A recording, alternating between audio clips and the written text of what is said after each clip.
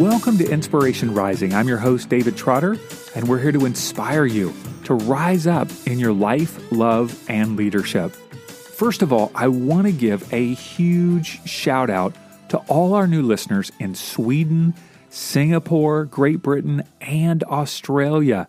It is so fun to hear from listeners around the globe, and I want to thank you for subscribing and reviewing the podcast. We have been absolutely amazed by the level of growth in our listeners in the last couple of weeks. So thank you so much for sharing the podcast with a friend. That truly is one of the only ways that people will find out about the inspiring interviews that we host on the show. Well, today I want to introduce you to Dr. Shannon Gulbranson, the author of Date Yourself Well, 12 Engagements of Becoming the Great Lover of Your Life. She's also been a life coach to thousands of people for over 20 years. She's based in New York City, and her Instagram, which is at Dr. Shannon, all spelled out, is filled with adventures throughout Manhattan. She's also quite the wordsmith. If you go to her website, drshannon.com, you will see exactly what I mean. Now, she's hosted a daily podcast for the last 2 years called Women Sipping on Life, and it's a 10-minute nugget of wisdom and inspiration every single day. You should definitely check it out. Now, in this episode of Inspiration Rising, you will learn why women and men should be dating themselves, 5 engagements of a great lover, how every truth has 2 different perspectives, and how to love yourself in all conditions unconditionally. All right, let's jump into my conversation with Dr. Shannon. Well, Dr. Shannon, thank you so much for taking time to hang with me today. Absolutely. Thank you for the invitation. I appreciate it. Yeah. So let's talk about dating ourselves. Okay. I've probably dated myself, but I maybe just wasn't as intentional as I'm hearing that you want me to be. Or specifically, this book I know is more written for women, but I'm going to read it anyway. I've already been reading through it. Why do you think it's so important for women and even men to date themselves? You know, you think about it. How do you meet people and how do you fall in love? Well, you date them. You know what I'm saying? So no different than when you're having a relationship with someone else. If we don't date ourselves, how are we going to know ourselves? And if we don't know ourselves, how are we going to fall in love with ourselves and really, truly be able to love others? Because it's how we love ourselves that we love others. So it's vital for all humans to learn how to date themselves. And you mentioned, maybe you've been doing it, but not, consciously. I think it's very important to be very, very intentional about it. However, it's not like you have to sit down and sit across from yourself every day and share a nice meal or whatever. But on the other hand, it's really that conscious intention of saying, hey, you know what? I'm going to get to know you. And as I get to know you, there's more to explore, more to experience.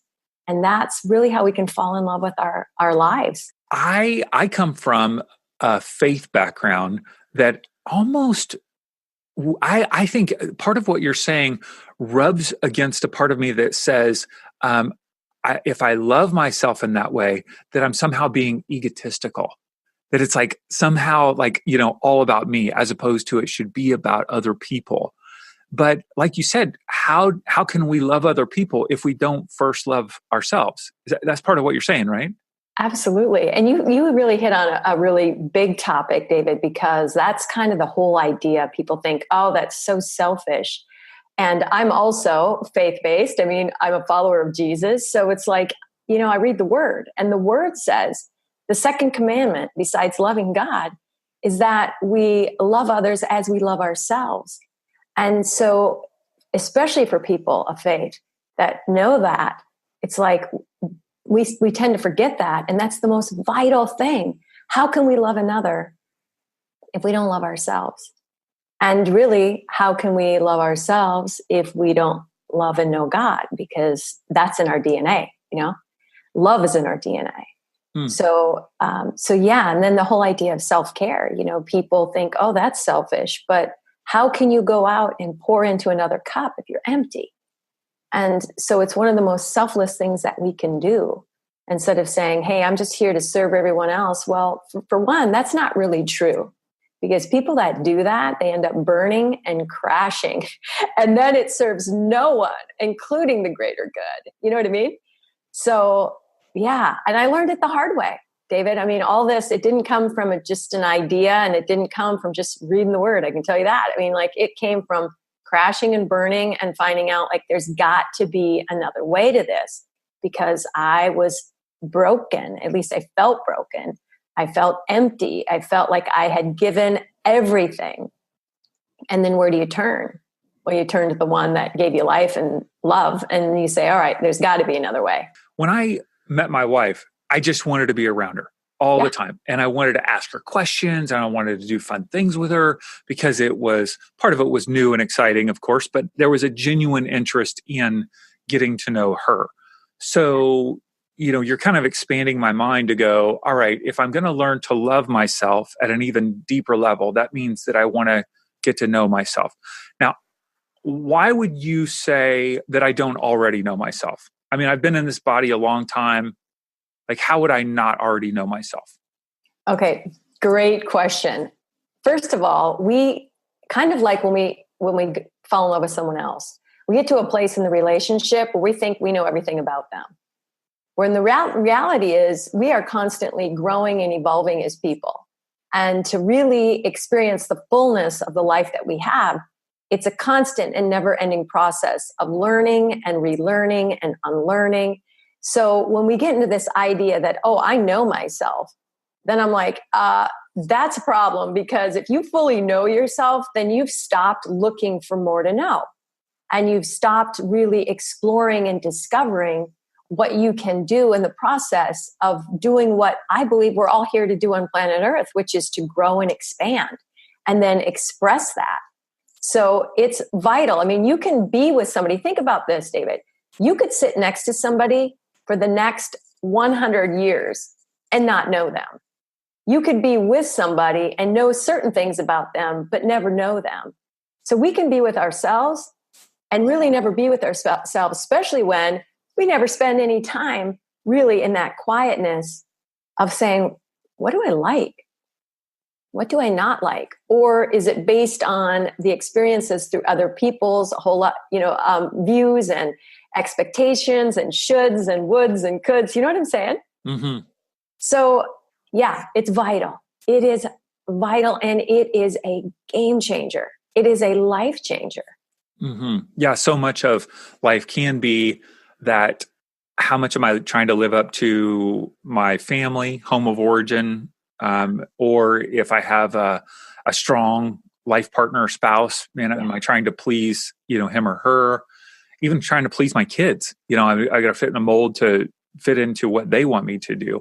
That's powerful. All right. So I know in the book, you talk about some lies or some syndromes that people are prone to buy into when we're in this process of learning to love ourselves and love other people. Can you break those down for me? Absolutely. The first one being that I call it kind of the Cinderella syndrome. Whether you're a woman or a man, like this idea that somehow there's going to be this moment where, Prince Charming comes and sweeps you off your feet, or you're going to find, the princess that's going to be the perfect princess, and we're going to ride off in the sunset. It's like, that's not how it works. I talk about the whole Cinderella syndrome. Like, there is what happens when the glass stiletto shatters? And now, like, what do you do? And really, do you want to be swept off your feet, or do you want to learn how to stand on your feet and walk in your Cinderella slippers? So this whole idea that there's going to be even a Mr. Right or a Miss Right, especially coming from a woman's perspective, like this idea that there's going to be a Mr. Right. But, the bottom line is, am I willing to be Miss Right? Am I willing to give myself the understanding and to give myself the attention and the love so that I can be that to myself and someone else? So I think that's a big part of it. And we buy into the lies that somehow someone else is going to complete us. Mm-hmm. I liked how you asked, what happens when Prince Charming turns into Prince Harming? Exactly. Yeah. Or our princess, all of a sudden it's like, oh my gosh, she's kind of a witch, and it's like, well, we all have that within us. I mean, when we start to really embrace and acknowledge both the dark and light within us, we are then able to do that for others. But if we stand in this place of this polarity of like, somehow I got it all right, and I'm going to expect Mr. Right to get it all right and to never disappoint, well, then we get into this idea that everything has to be a certain way, which again is not allowing for our growth and our discovery. And it also puts us in a place of judgment. Now we judge the person we're with because we're judging ourselves. And now it just becomes this real mess. And now everybody's trying to perform to what we think the world says is perfect or great or good and right, instead of saying, but this isn't even true. So the lies that people buy into are all the lies that we believe in our heads, that somehow somebody else is responsible for my happiness. That just can't be that way. I mean, it's just not, that's not the truth. Sure. And the second one that you talk about is the disengagement syndrome. Break that down for me. Yeah. So what usually happens, David, and this happened in my own life, is that you go through life and then you have these disappointments. And then you start to kind of pull back and go, gosh, maybe it's not what I thought it should be. And all of a sudden you find yourself kind of pulling further away from your dreams, your desires, and those that really love you, because it's like, I've been hurt now. And so now who do I trust, And so I started kind of pulling into this place, and my world became a little bit smaller. And I disengaged and was no longer fully expressing in my life. And really, I call like really 9 primary areas of life. We kind of start to pull back. And when that happens, we get disengaged. And then eventually, and not for everybody, but I call it, really it's a divorced heart. And eventually, a lot of times leads to divorce for people, or breakups or broken relationships. And I really believe it comes from that broken relationship that we have with ourselves, and that disengagement starts subtle, starts with disappointment, and then goes to disengagement, and then like fully disengaged. And next thing you know, your head and your heart aren't even connecting. You're not connecting with your life anymore. You're not connecting with your dreams and your soul purpose. And then all of a sudden it's like, then nobody seems to kind of fill that void for you. So you're like, oh, I don't like you anymore. And all of a sudden, you're kicked to the curb or whatever. And you're like, now you have physical divorce that you're dealing with, which makes the disengagement even more intense. And it's this vicious cycle. And I got caught in that too. And it was like, one day I realized, I was like, it's time. It's time for me to follow my heart. And what happened was, it wasn't even something I planned, David. It was after my last divorce, and I was sitting, it was dark, it was in the middle of the night. And I literally feel like I heard the voice of God in my heart. And what I heard was, Shannon, do you love yourself? And I sat there and I couldn't speak. I don't even know how much time passed, but for me to be speechless, it doesn't happen. So I sat there and I didn't know what to say or what to do, because my mind was racing, because I was like, okay, if you asked me, I'd say, well, of course I love myself, because I didn't hate myself, right? But what I had forgotten was the opposite of love isn't hate, it's fear. And I was in so much fear. And I was so disconnected. I had a divorced heart, and I'm sitting there unable to answer. And all of a sudden, this is what I heard. It's okay. I understand. Because in order to love you, you must know you. And in order to know you, you must spend time with you. So I was like, okay, well, then what? And I heard, date yourself well. And then I heard this: stop accepting what you do not desire. Because I was spending so much time dealing with all these things and all these stories in my mind about, this is the way I should be, or this is the way it has to be, and so much. And finally I said, all right, I'm not going to accept anything that I don't desire anymore. And I am going to pursue her like never before. not to fall in love with someone else, not so that somebody else can fall in love with me or to track Mr. Right. I was like, I'm going all in. And let me tell you, David, it has been such an incredible adventure and such an incredible journey. So that's why I wrote the book. I started, because I went to the internet and I looked up self-love. Scary. Don't do that. Yeah, don't do that. Yeah. And especially back when I wrote the book, it was like, there was nothing except for all the stuff you wouldn't want to be looking at. And then, looking at date yourself, it wasn't even there. And so I said, well, what would this mean to me? And I said, well, I'm going to start with what I would do if I was dating someone else. Sure. I would sit down and I would meet them. So I literally met myself there in the dark. And it was the beginning of a whole new experience and a whole new way of defining and redefining love and what that looks like. And yeah, I recommend it for everyone. Mm-hmm. Yeah. And so the premise of this book, see if I get this right, that essentially we can't find that love in someone else. We can't accept Mr. or Mrs. Right to come into our lives and, number one, just or have unmet expectations, but also if we're disengaged from our own heart, if we're disengaged from our own passions and interests, one, we're not going to be able to love ourselves, and that's going to prevent us from loving someone else. So in order to be fully present, fully loving someone, we must first love ourselves. And in order to love ourselves, we need to date ourselves. Did I get that right? Is that pretty close? Beautiful. Well said. Well said. Yeah. And, it's in the dating of ourselves that, of course, we, as we're expressing who we are, we share ourselves. We share ourselves with other people, because sometimes people go, oh my gosh, like that's a book just for single people, right? And it's like, no. In fact, a lot of my readers are men.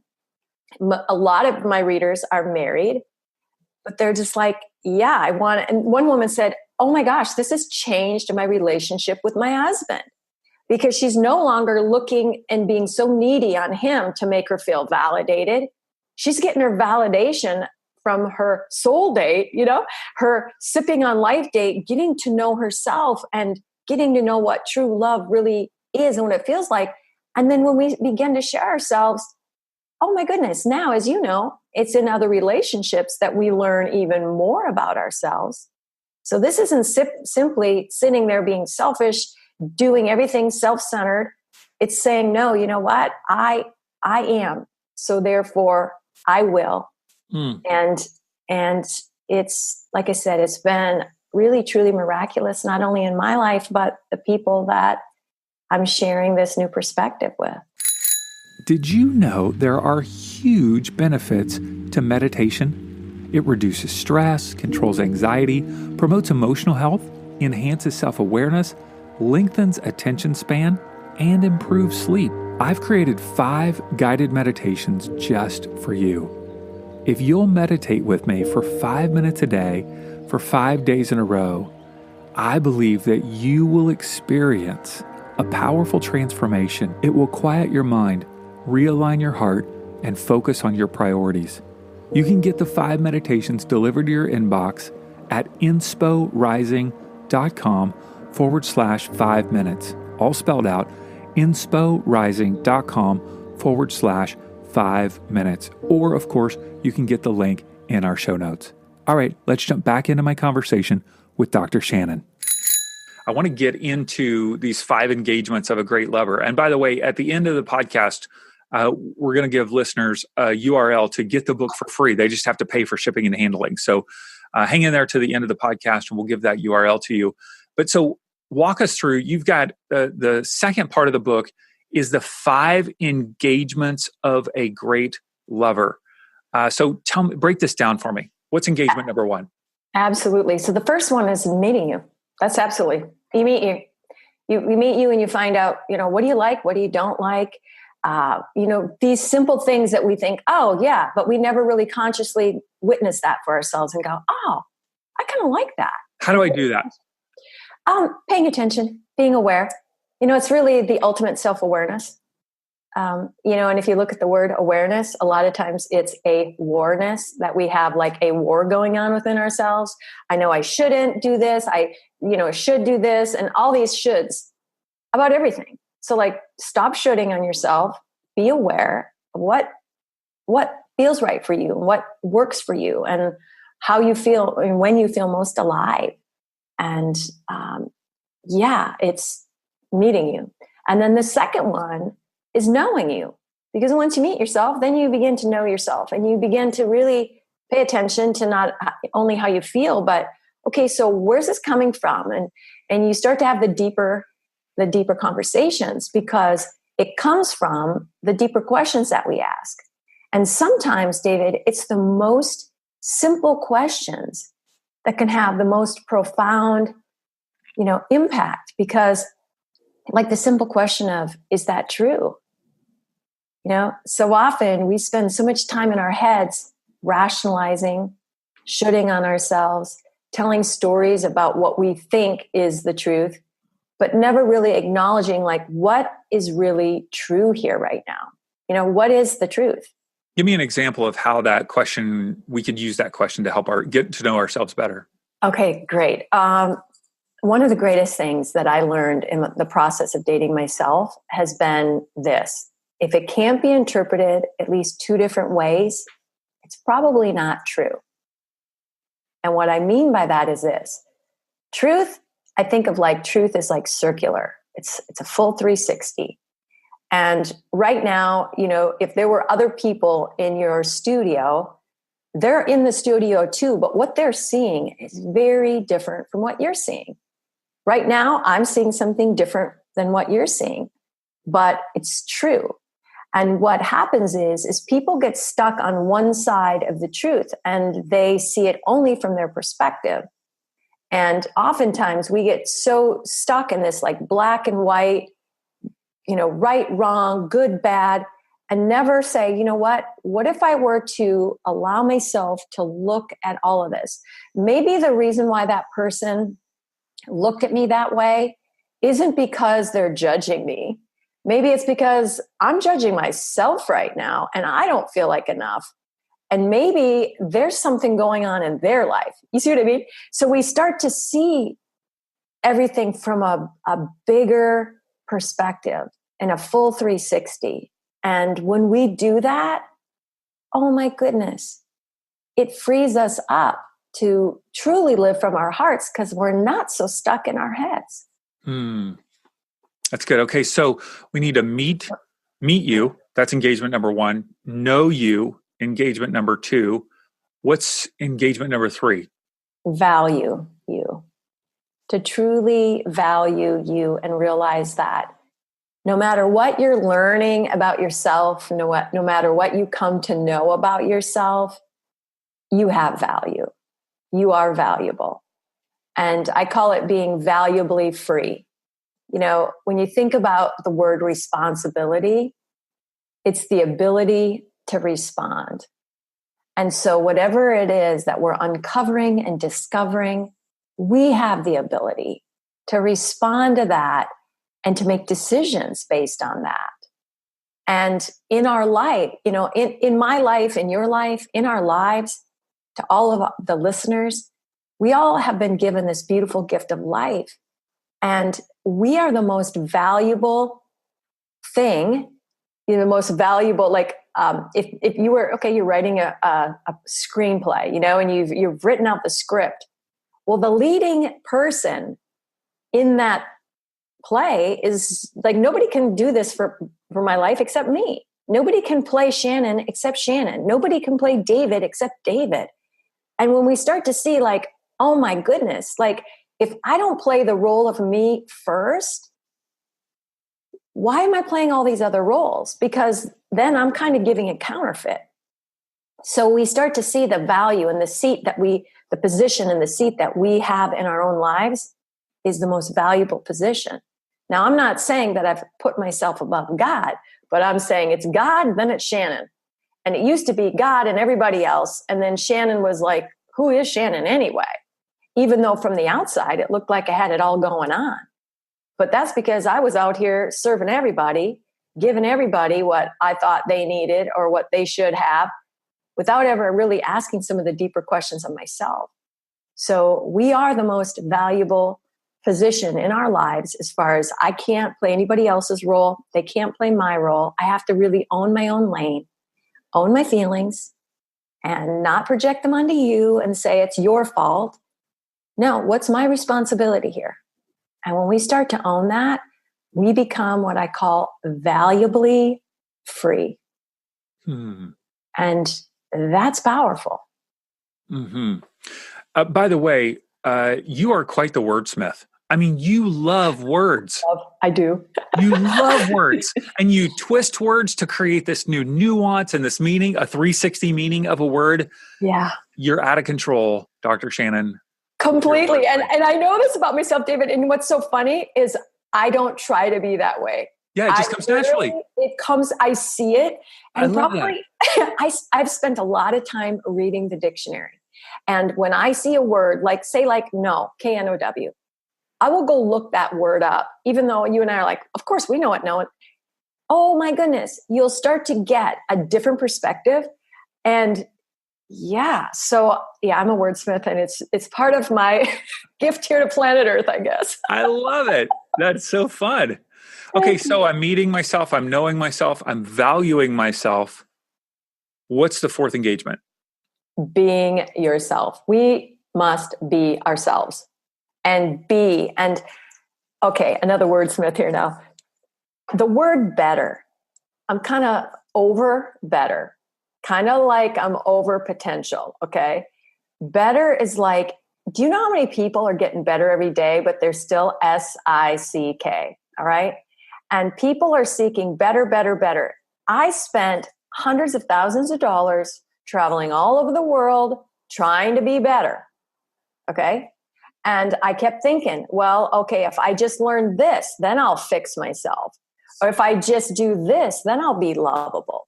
If I do that, whole mentality is what perpetuates the epidemic of this not enoughness.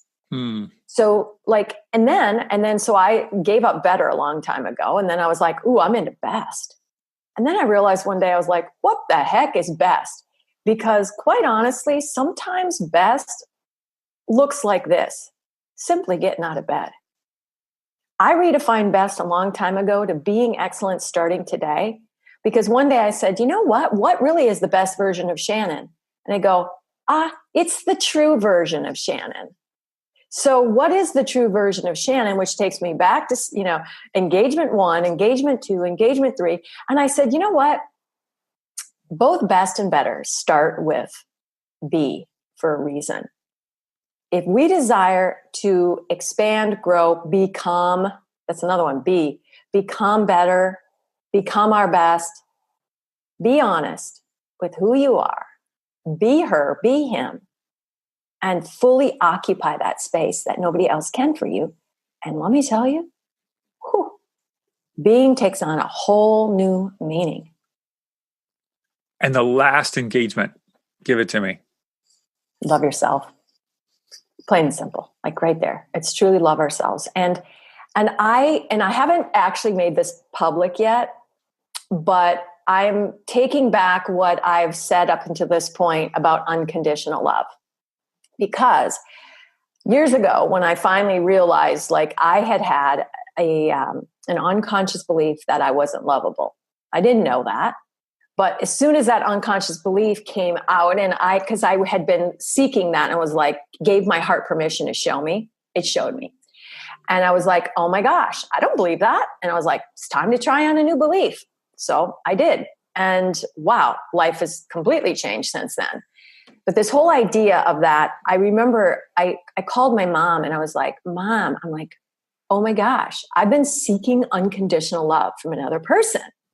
And I've been seeking to be a priority in someone else's life. And it was then that I realized, I was like, I heard the voice of God in my heart say, Shannon, are you a priority in your own life? I quickly was like, no, I'm not. And then I was like, I have unconditional love. God showed me that. Like, I love you unconditionally. You are made in the DNA of me. You are unconditional love. So that's been my stance on unconditional love. recently had this revelation. Unconditional love, I don't think there is any such thing except from the one from God. Because of this, unconditional love, it requires us, love, true love, requires that we love in all conditions. Mm-hmm.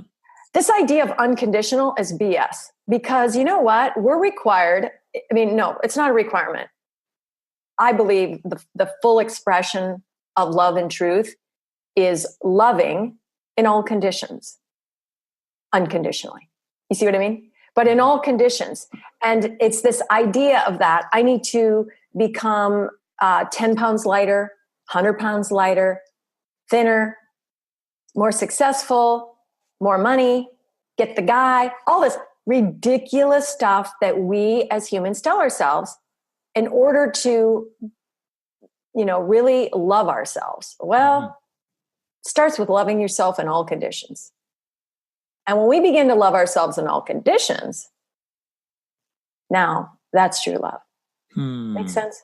Oh, yeah. Yeah. Loving ourselves in all conditions unconditionally. And that expands it out beyond this idea of simply, I'm going to love you unconditionally. Yeah, until your person that you're with starts doing some crazy stuff. Then you're like, I don't really love you right now, but I'm going to choose you in this moment. And I'm going to choose the authentic version of you. And when that happens, love changes, you see, transforms. Now, I know in your book, you give us some ideas, but, you go on in great detail in the book. And so people really definitely need to get the richness and the depth of how to date themselves. But if I were to go, okay, Dr. Shannon, I want to try this on. I want to date myself. Practically, like I'm hearing the concepts of the engagements, the next steps, meeting myself, knowing myself, valuing myself, being myself, loving myself. Like, what does that look like? Does it look like setting aside time every week? Is it like going on a walk, or, you know what I mean? Like, give us some examples of how I could tangibly date myself.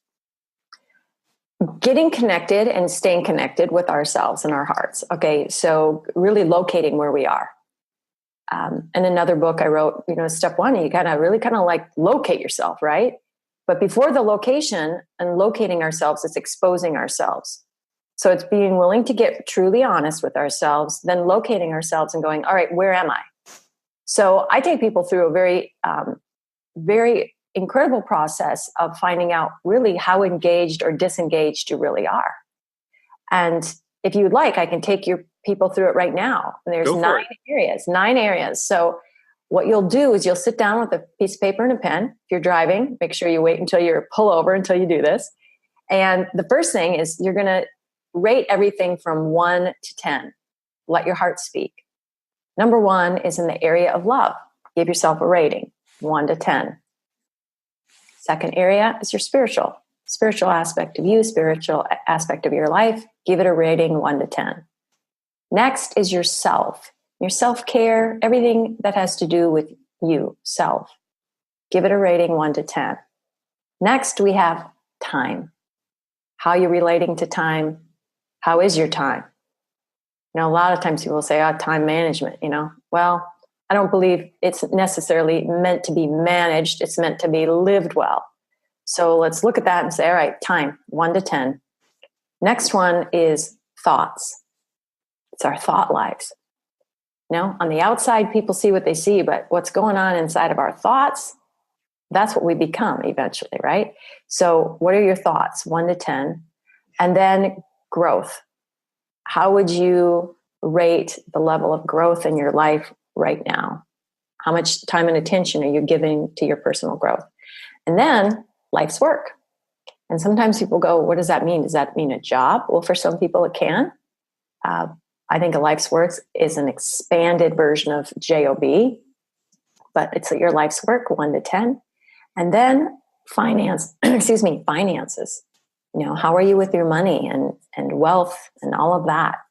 Take a look at that, 1 to 10. And last but not least, and believe it or not, this is usually the one that gets the lowest score, fun. 1 to 10. And I'll tell you why it usually gets the lowest score, David, is because people think they got to get 1 to 8 altogether before they'll take time for FUN. And if you really want to see ultimate function in your life, higher level of function in your life, you got to start with the FUN. You got to start with that fun. And it's interesting because when I interview or meet really high-powered leaders, a lot of my clients, especially my one-on-one clients, very high-powered men and women. And success, it's dependent on that. Like, how much fun are you having in your life? Are you really loving your life well? So you take all of these 9, you add them up. 90 is full engagement. So for all of you who are doing this right now, you're going to add them up and you're going to give yourself a score. What is the score? Now, I'll tell you how to give yourself the rating, the score, the final score. Not the final, it's just where we're starting. The score is this: 45 or less is disengaged. 45 to 63, somewhat engaged. 63 to 90, engagement. And if you really want to go like all in, 90, you can take it to 11 for each of them and get to 99.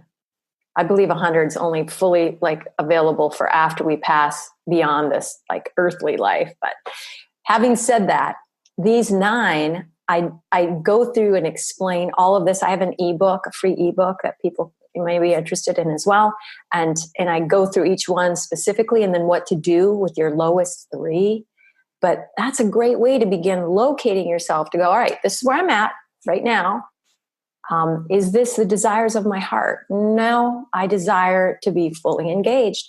All right, then you can start taking steps daily because you know what is really in need of your attention. You think about the greatest thing we can give anyone, including ourselves, is our attention.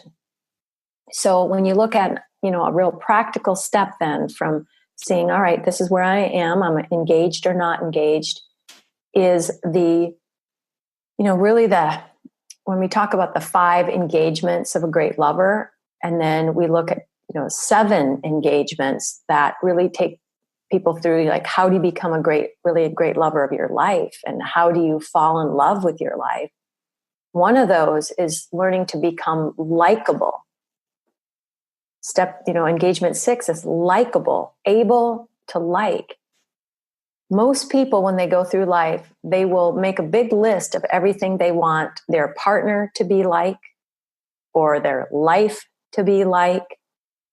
But, asking ourselves, am I willing to be like that?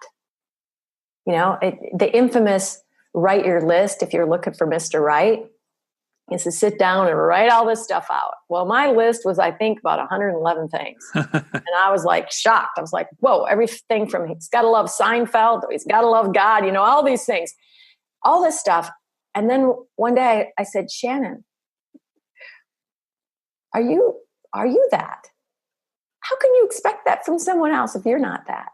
So one of the practical things I have all my clients do is write out their list, whether it's for a partner or whether it's for their lives, and saying, all right, how are you doing that in your own life? And that right there, if people did nothing else but to locate where they are with their engagement or disengagement, and then write their list of expectations, and then said, all right, now that's my job description. Right there, to be that in my own life for myself.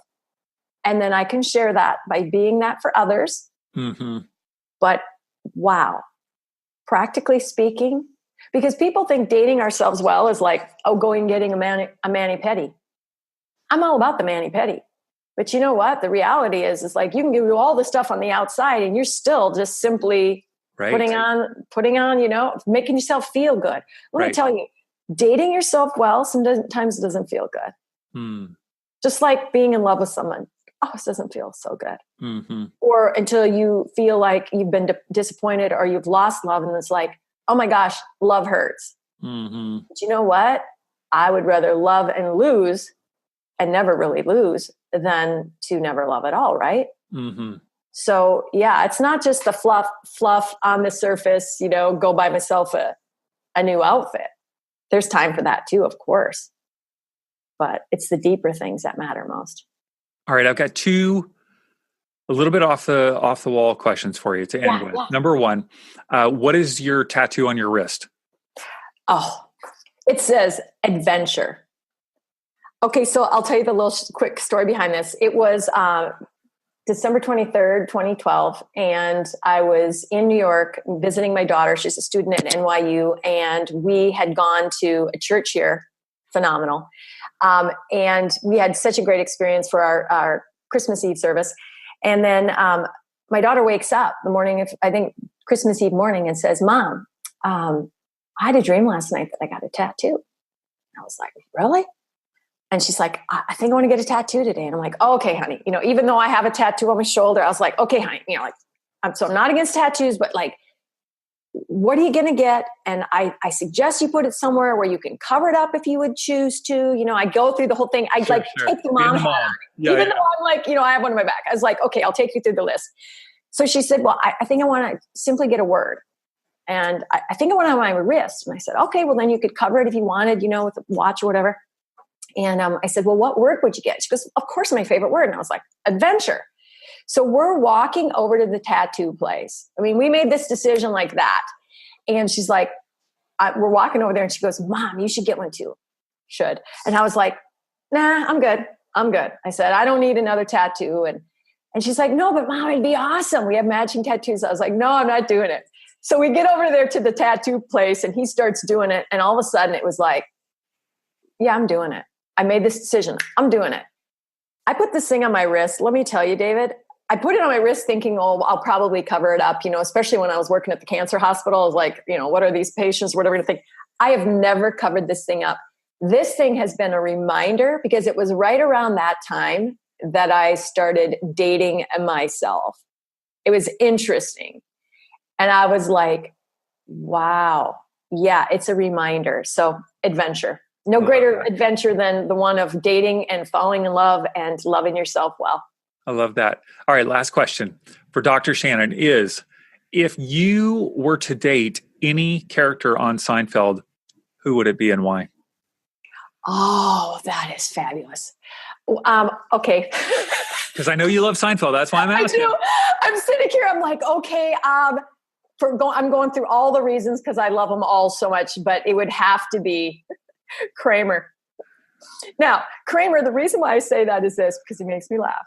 Now, would Kramer be the guy that I want to date if I want a guy to be like financially taking care of the business? No, but you know what? I take care of my own business, so I don't need someone to take care of my business. But I'm like, yeah, it would definitely be, it would without a doubt be Kramer.